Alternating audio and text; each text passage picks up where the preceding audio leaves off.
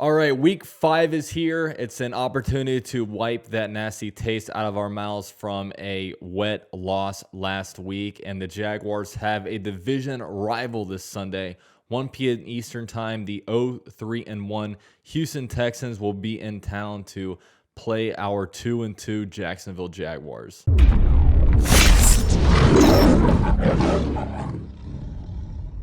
All right, guys, so really fun opportunity with this game. The Jaguars, of course, play the Texans, so it will be our second AFC South game, as well as our second home game. After Jaguars are currently 1-0 at home. Jaguars currently have not let up any points at home. As our only home game, we beat the Colts 24-0. So hopefully some of that luck continues to go into this game. Now, this Texans team is kind of similar to the Jaguars in the sense that lots of turnover at head coach. Both of these teams are going into their third straight year with a different head coach. In 2020, it was Doug Marrone versus Bill O'Brien. 2021, we had Urban Meyer versus David Culley. And then now we have Doug Peterson versus Lovie Smith of all people. Lovie Smith is now their head coach. That hire definitely came out of nowhere. But yeah, and then now we also have Davis Mills versus Trevor Lawrence, two second-year quarterbacks. And, I know at some point, really during the offseason, people were saying, could Davis Mills actually be better than Trevor Lawrence? As the season has played out, Trevor Lawrence's numbers are by far better. If you look at Davis Mills, he has 908 passing yards, a 62% completion percentage, 5 touchdowns versus 4 interceptions, while Trevor Lawrence, on the other hand, has 946 passing yards. That's a 65.7% completion percentage, 8 touchdowns versus 2 interceptions. And I know, it's funny because I know a lot of Texans fans. And when it comes to the AFC South, I probably dislike the Texans the least just because of their fan base. And, their fan base is a lot like Jaguars, the fan base, where we are very self-deprecating. We talk all this smack about our team, and we kind of understand what we are. And, I know some of the people over at South Sports, they're all exactly where I was in 2020. They are losing for their team. They are rooting for their team to lose every game. Every game. They want to get the number 1 pick. They want to get their quarterback. And I remember that was me. I remember 2 years ago, I went to one game in 2020. It was the Texans game where it was Jake Luton versus whoever the heck was starting for the Texans at the time. Was this Deshaun Watson? Was he starting? I forget. But I remember being in that stadium, and the whole entire stadium was rooting for the Jaguars, all the Jaguar fans. But there was me sitting up there in the nosebleeds. I was rooting for Trevor Lawrence.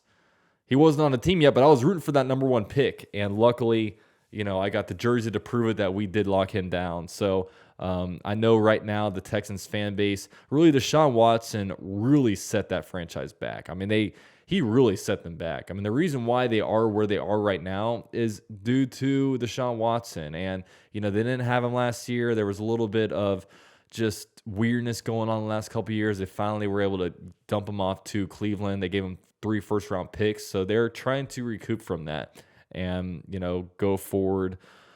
Now that they have the draft capital to go with, now they just need to figure out what the quarterback situation is. And Davis Mills, he's still a work in progress. His numbers aren't great, but he still has an opportunity to prove that he is the guy. But until he proves that he probably isn't. He was a 3rd-round pick, so he wasn't super highly invested. Now, some of the players on the Texans to look out for, especially on the offense, Brandon Cooks. Brandon Cooks is a guy, he's their leading receiver, 20 receptions, 215 yards, and 1 touchdown. Now, Brandon Cooks has been the Jaguar killer. He's a guy that averages over 100 yards per game against the Jaguars. He's just dominated us. No matter who the quarterback is, Brandon Cooks goes in there and dominates us, and I do not like. Okay, so hopefully we have the defense to be able to shut Brandon Cooks down, because I know he's been getting the better of us the last few years. Another guy is Damien Pierce. A lot of Jags fans know him because a lot of Jags fans are Gator fans, and Damien Pierce was a guy that was strictly misused by your boy Dan Mullen. And now he's in the NFL, and he's doing a lot of good stuff. 313 rushing yards on the year, 2 touchdowns. And this is going to be a big test for us because, last game, the Jaguars started off the first quarter decently stout against the run.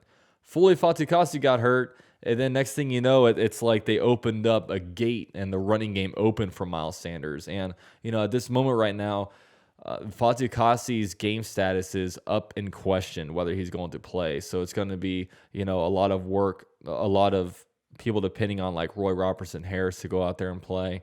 And some of our other like interior guys to go in there and be able to fill that hole, Devon Hamilton. So, yeah, it's going to be big on them. And also, when you look at just their defense, the Houston Texans defense, they rank 31st in run defense and 18th against the pass. Look, they're the only team in the NFL now without a win. So they are just flat out, they're not a good team. I mean, they are not a good team right now.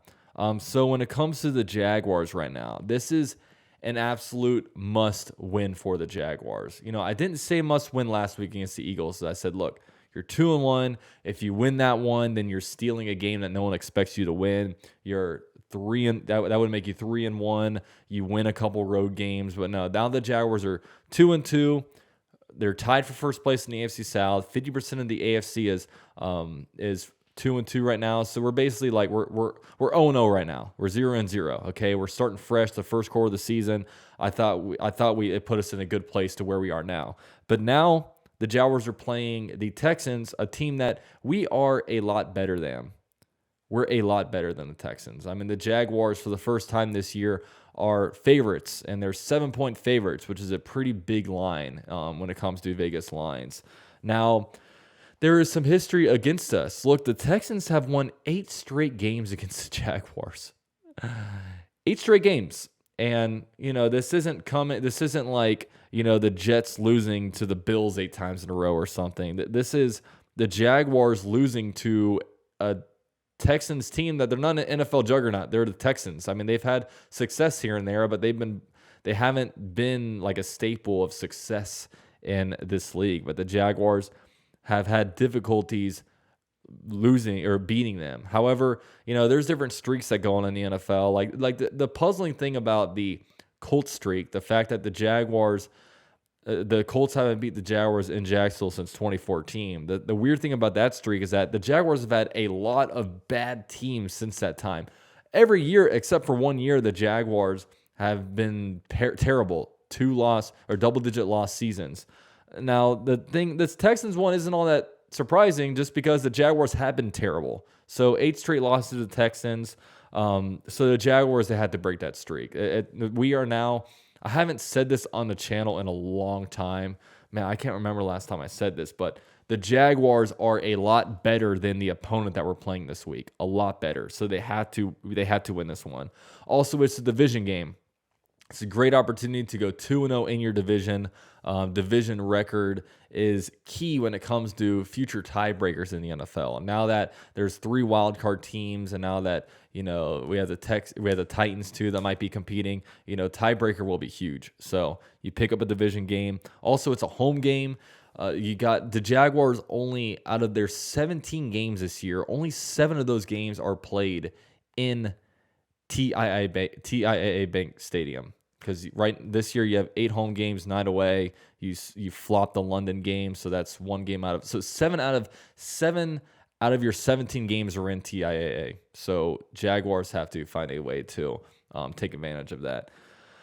Like I said, we're favored by 7, and really my main worry about the Jaguars is that, look, the Jaguars, we can't go out there and beat ourselves. You can really make the argument that the Jaguars in both their losses, we beat ourselves. Look, in the Commanders game, you left a lot of points on the board, like so many. Trevor Lawrence missed a couple touchdown throws. You missed a field goal. The Jaguars gifted the Commanders points after a roughened passer, which made it from 4th down to first down, and they got a touchdown from that. Look, the Jaguars left a lot of points on the board. You can say we beat ourselves in that game. And then against the Eagles, I'm not going to say we should have won that game, but the Jaguars had 5 turnovers. We committed 5 turnovers and won by 1 possession. The Jaguars, if they're not beating themselves and when they were winning by 20-plus points, you know what I mean? So the Jaguars with this game, it's a game that you're clearly better than the Texans. We just have to learn how to not get out. We just have to learn to get out of our own way. You know what I mean? Go in there, take care of business, play a nice, disciplined game of football, take care of the ball, and we should be pretty golden. Now, a big thing that I think is going to be open this game is the run game. The Texans are terrible against the run. They are letting up 5.1 yards per carry. So I really think James Robinson and ETN are going to have a really big day. And I think this could be potentially Travis Etienne's big breakout game. You know, we haven't seen him just yet, mainly due to opportunity, but we haven't seen him really explode out there yet. You know, we thought that if you would have told me in the first quarter of the year, you know, somebody was going to have, a 38-yard rushing touchdown, a 50-yard rushing touchdown, would have been like, all right, Travis Etienne is eating. But both of those came from James Robinson. So we're yet to really see Etienne go out there and make some big plays. So that's what that's a big thing that I'm looking for this game. And another thing about this, it's a huge bounce back game for a bunch of people. First of all, Trevor Lawrence, 5 turnovers last game. This was his worst game as an NFL quarterback, and that's saying a lot because last year was a lot of bad games. But yeah, 5 turnovers, you just can't do that as a quarterback. 4 fumbles, 1 interception. You can't do that as a quarterback. So it's a big game for Trevor Lawrence to bounce back. Christian Kirk also, he had 9 targets last game and only 2 receptions. Those did come for 60 yards, but it was a bounce back game for Christian Kirk. And it stinks because really, like, it's so hard to evaluate last game because really, like, and this is an excuse, it just is what it is. The rain messed up that game for us big time. The Eagles were able to, pounce on that opportunity, but for the Jaguars, the rain really messed us up. It messed up the passing game, and that's what Doug Peterson likes to do.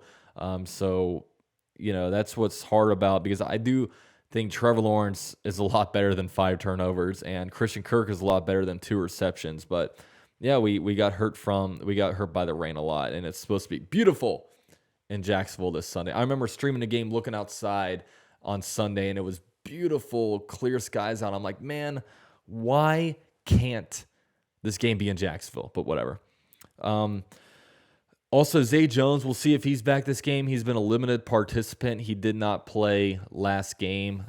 He got hurt with an ankle during practice, so we'll see if he's back. Also, Trayvon Walker was kind of invisible last game. It was the first game where we didn't really see a lot of disruption. Lane Johnson was kind of shutting him down, so I'm hoping to, kind of see his number flash a lot more this next game. Now, this next game, the Jaguars will be repping teal on black, which is an awesome combo. Love the teal tops. The black bottoms are pretty sweet too. And also, happy birthday to Trevor Lawrence. I believe today is actually his birthday. Quite a week for Jaguars quarterbacks. Blake Bortles retires and Trevor Lawrence with a big birthday. I think Trevor Lawrence really is a selfish man for, this is supposed to be Blake Bortles' week, and then Trevor Lawrence goes out there and has a birthday. So unbelievable, but happy 23rd to Trevor Lawrence. Also, if you're going to this game, it's a Tony Boselli ring game. He's receiving his Hall of Fame ring at halftime, which is pretty cool.